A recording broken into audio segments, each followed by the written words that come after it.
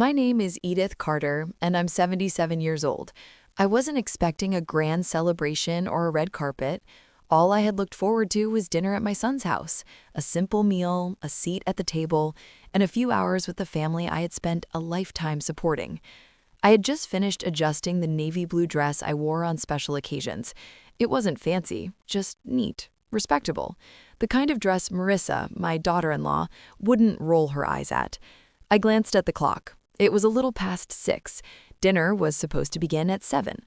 Then my phone buzzed. I reached for my glasses, expecting a reminder from Garrett or maybe a last-minute question about dessert.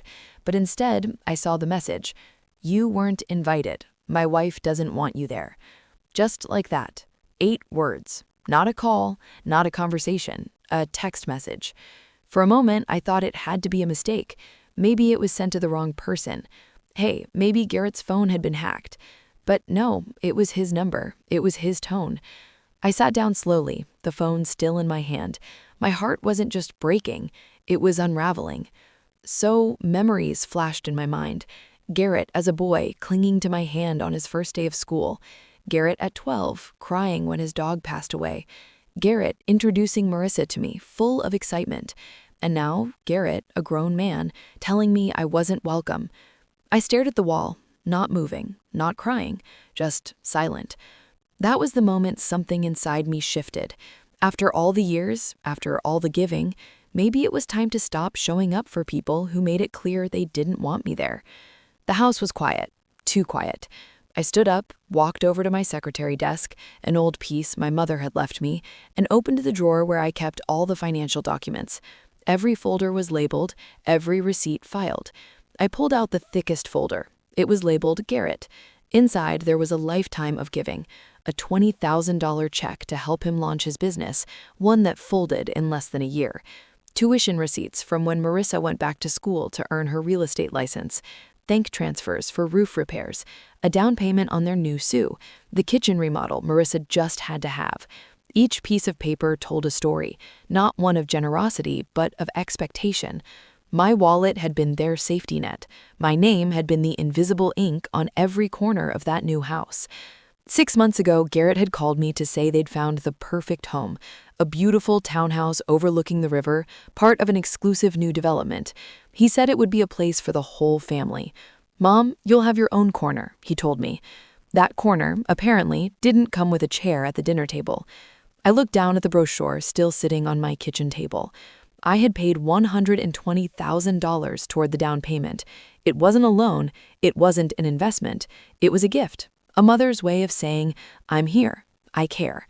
And now it felt like I had bought myself out of their lives. I leaned back and whispered the question I hadn't dared ask for years. Was this love or just a transaction? For the first time, I didn't rush to excuse them. I didn't defend their choices. I simply sat in the truth. I had spent a lifetime giving, and they had gotten used to it. I didn't sleep that night. The text kept replaying in my mind over and over. Not invited. My wife doesn't want you there. By sunrise, I knew what I had to do. I made myself a strong cup of tea, sat at the kitchen table, and stared at the stack of papers I had pulled from the drawer. Then I picked up the phone and called the bank. "Good morning, Fayetteville Community Bank. How may I help you?" "My name is Edith Carter," I said clearly. "I need to suspend all automatic payments from my accounts immediately." There was a pause on the line. "All payments, ma'am?" "Yes, every single one. And I also need to revoke the power of attorney granted to my son, Garrett Carter." I could hear the woman on the other end typing. "That's a significant change, Mrs. Carter. We'll need your signature for the full process, but I can begin the suspension now." "That's what I want. Start today." The silence that followed was not awkward. It was powerful. I had supported my son, his wife, their lifestyle, their ambitions, and their obligations for over 2 decades. But that morning, I remembered what James, my late husband, always said, "Edith, love them, but don't let them walk on you." When the woman confirmed that all 174 automatic payments were now blocked, I thanked her, hung up the phone, and exhaled deeply. I hadn't realized how heavy it all had been. The years of small compromises, the quiet dismissals, the holidays spent alone while still footing the bills. That morning, I didn't just cancel payments, I reclaimed space in my own life. My phone buzzed again. Garrett. I didn't answer. Instead, I typed a simple message and stared at it for a long time. Time to pay your own way. Then I turned the phone off and turned a corner in my life. By the time Garrett showed up at my door, the kettle was already on the stove. He didn't knock politely. He rang the bell in that impatient, sharp way that said he wasn't here for a chat. He was here for control. I opened the door, and he walked right in without waiting for an invitation. "Mom, what's going on?" he asked, the worry in his eyes barely covering the irritation beneath. "The mortgage bounced. Marissa's car payment didn't go through. The bank called about the suspended authorizations. Did you cancel everything?" I nodded. "Yes, I did." He blinked. "All of it? All 174 transactions?" Garrett sank into the living room chair like the wind had been knocked out of him. "Why?" I didn't raise my voice. I didn't cry. I just looked at him and said, "You uninvited me from your house, Garrett, the one I helped pay for. You sent a message saying your wife didn't want me there, Garrett, and you didn't even try to stop her." "That was a mistake," he stammered. "Marissa was upset. I didn't mean it." "You didn't mean to say it, or you didn't mean for there to be consequences?" I asked quietly. He looked away. I poured 2 cups of tea, placing one in front of him. He didn't touch it. "We have bills, Mom. Loans, Toby's tuition, the house. You've always helped us." I did, I agreed. But that help became expected, and then it became invisible. Garrett opened his mouth to respond, but I raised my hand. "Tell me one thing you've done for me, Garrett," I asked, my voice soft but steady. "One thing you did not because you had to, but because you wanted to. One thing that didn't involve you needing something from me." He sat in silence, and in that silence, I found my answer. 2 days later, it was Toby who showed up. He looked disheveled, wrinkled shirt, dark circles under his eyes, and that nervous energy of someone who had never truly faced consequences. I let him in without saying much. He dropped onto the couch and rubbed his hands together. "Grandma, I need help," he began. "My credit card's been frozen. I can't pay my rent. My car's overdue. I'm in trouble." I sat across from him, calm and composed. "How much do you owe?" He hesitated. "About $7,000. "What did you spend it on?" He shrugged, avoiding my eyes. "Some stuff, a new phone, a trip with friends, a few parties." I nodded slowly. "You've been working for 2 years now, right? At the insurance company?" "Yeah. So why haven't you learned to manage your money?" He looked like a child being scolded, not a 23-year-old man. "I guess I always thought I could ask Mom and Dad, or you." "That's the problem," I said. "You've all gotten used to thinking I'd always be here to fix things. But I'm not your backup plan, Toby. I'm not your bank." He leaned forward, desperation creeping in. "Grandma, please, just this once. I swear I'll pay you back." "No," I said firmly, "but I will offer you something else." He looked confused. "Like what?" "My lawyer, Mr. Whitaker, is looking for a part-time assistant. Filing, answering phones. It won't solve everything, but it's honest work." Toby blinked. "You do that for me?"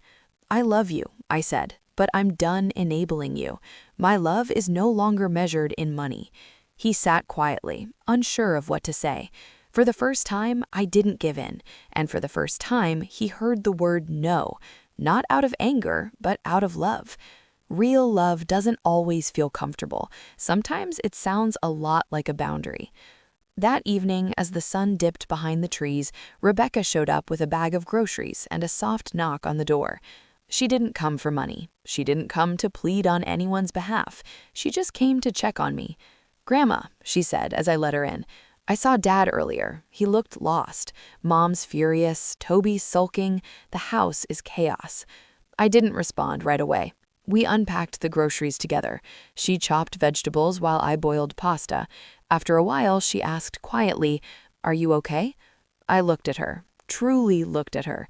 Rebecca had always been different, quieter, more thoughtful. She never asked for much. She called on my birthday. She visited without a reason. She hugged me just a little longer. "I'm okay," I said. "For the first time in a very long time, I think I'm actually okay." She smiled. Good, because I think you're doing the right thing. I raised an eyebrow. You do? She nodded. I've seen how they use you, especially Mom. She's always dressed in the best, drives the best, and somehow it's always you footing the bill. It startled me to hear those words from someone so young, but she wasn't just a child anymore. She was a woman, and she saw clearly. You've taken care of everyone for so long, Rebecca added. It's time someone took care of you. We sat down for dinner, just the two of us. No tension, no manipulation, just a simple meal and honest conversation. Before she left, she hugged me tight. I'll always be here for you, Grandma. Not for your money, for you. I kissed her cheek. That's all I ever wanted. In a house that had echoed with demands and expectations, Rebecca's presence was the one thing that felt real. It reminded me what family should feel like, safe, sincere, and free. The next day, Garrett called again. Mom, we need to talk as a family. His voice was tight, rehearsed. I could hear Marissa in the background. Tomorrow at 2, I said. My house. No surprises. But of course there were surprises. At exactly 2, Garrett showed up first. He looked exhausted, shirt wrinkled, eyes puffy. Mom, he said, I wanted to talk to you before everyone else arrived. Everyone else? He hesitated. Marissa. She invited a few people, her parents, her sister. They're concerned. I stepped to the window and froze. 3 cars had just pulled into my driveway. Out stepped Marissa, in full glamour, followed by her parents, siblings, even a couple of their friends. I turned back to Garrett. You brought an audience? She thinks, he started, but I held up my hand. When the doorbell rang, I opened it slowly. Marissa stood there, flanked by her delegation. Good afternoon, Edith, she said loudly, projecting her voice. We're here to discuss this situation as a family. This is my home, I said quietly. Not a courtroom, not a boardroom, just my home. And I didn't invite any of them. Marissa blinked, clearly not expecting pushback. You, Garrett, Toby, and Rebecca may come in. The rest can wait outside or leave. Marissa's smile faltered. She turned to her family. Please wait in the cars. We won't be long. Reluctantly, they retreated. Once inside, I faced my son, my daughter-in-law, and my 2 grandchildren. So, I said calmly, who wants to tell me what this circus is really about? Marissa launched into a speech. Your financial decision affects all of us. My parents' retirement plans, Garrett's brother's situation, even Toby's future.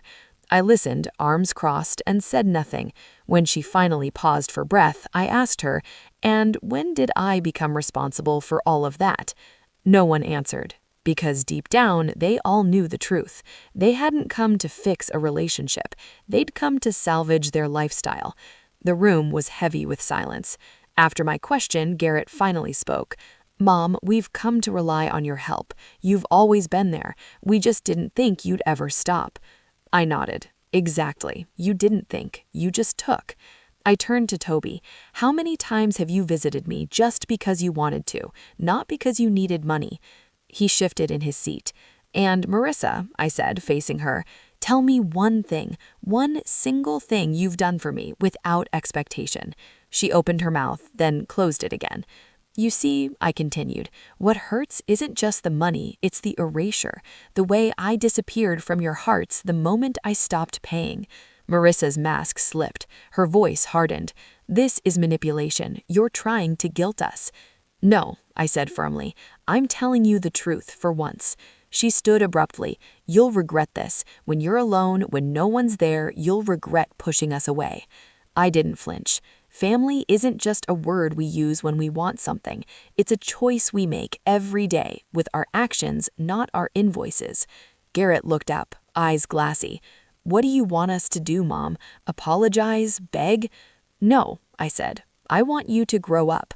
I want you to stop confusing love with dependence, and I want you to leave. The words were calm, but they landed like thunder. Toby stood without protest. Marissa muttered something under her breath as she stormed out. Garrett lingered, unsure.